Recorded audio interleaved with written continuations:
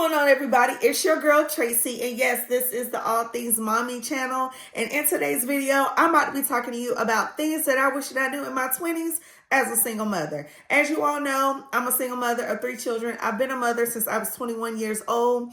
And see, here are some key things that I wish that I knew. So the first thing is you need to be able to focus on yourself. Build your own relationship with God. Understand that playtime is over. For me, I became a mother when I was 21 years old, and a lot of the time I was lollygagging, or what they call today dilly-dallying, and I was partying, hanging out with my friends. I was in college and everything, and immediately after college, I didn't really get to go directly into the workforce. I immediately grew up and became a mother, and so with that, I felt like God was just doing a lot of work and stuff inside of me. And I knew that it was time for me to just put away the childish things, because now I'm about to raise up a child. In the Bible, it says, train up a child in the way that it should go, so that when they get older, you won't depart from it. Okay. Second thing is, it's okay to walk away from friends. If your friends cannot understand the importance, which in most cases they don't, they're not going to understand. If they've never been a parent before and they think that taking care of a child is easy, they're lying. You don't have to prove anything to anybody. It's okay to say no. I don't want to drink anymore. I don't want to smoke anymore. I don't want to hang out anymore.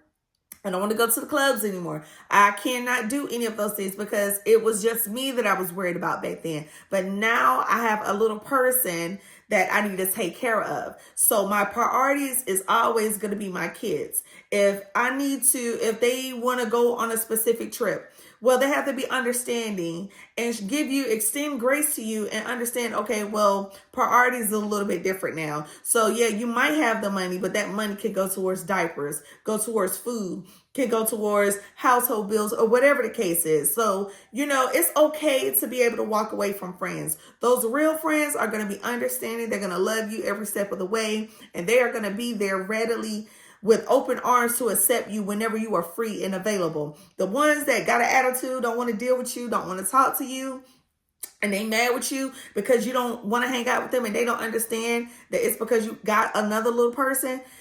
Number one, it's selfish. Number two, cut them off. They was never your friends. They only still care about themselves, and that's okay. Sometimes friends, you just grow apart. You grow from your friends. And that doesn't mean that you are better or they are better. Sometimes friendships, they just grow apart. And sometimes it may take, for the simple fact that you have a kid and they don't, for y'all to kind of spread apart. But anyway, that's okay. Number 3, your family. Listen, let me tell you something. There are times, and you may not realize this, there's some things that you're just not going to realize until you are an adult.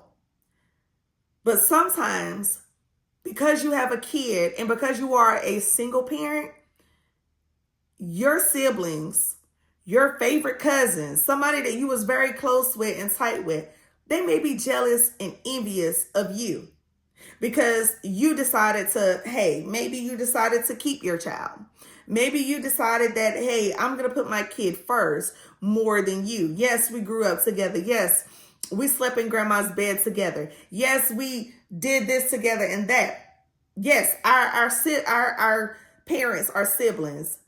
But at the end of the day, sometimes you kind of got to put everybody aside and realize your number 1 and 2 priorities. Well, actually 3. Is God. You got to be able to take care of yourself to take care of your kid. And lastly, your kid.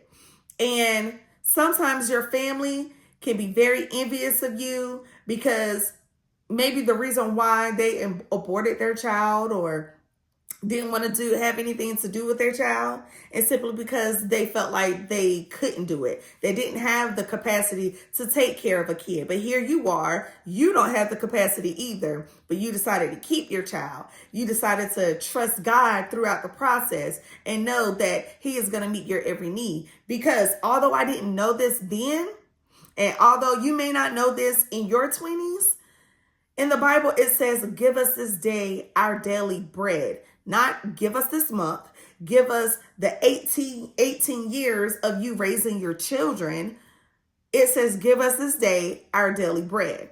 So that means that you got to walk with God every single day and trust that he is going to provide the needs for both you and your child or your children.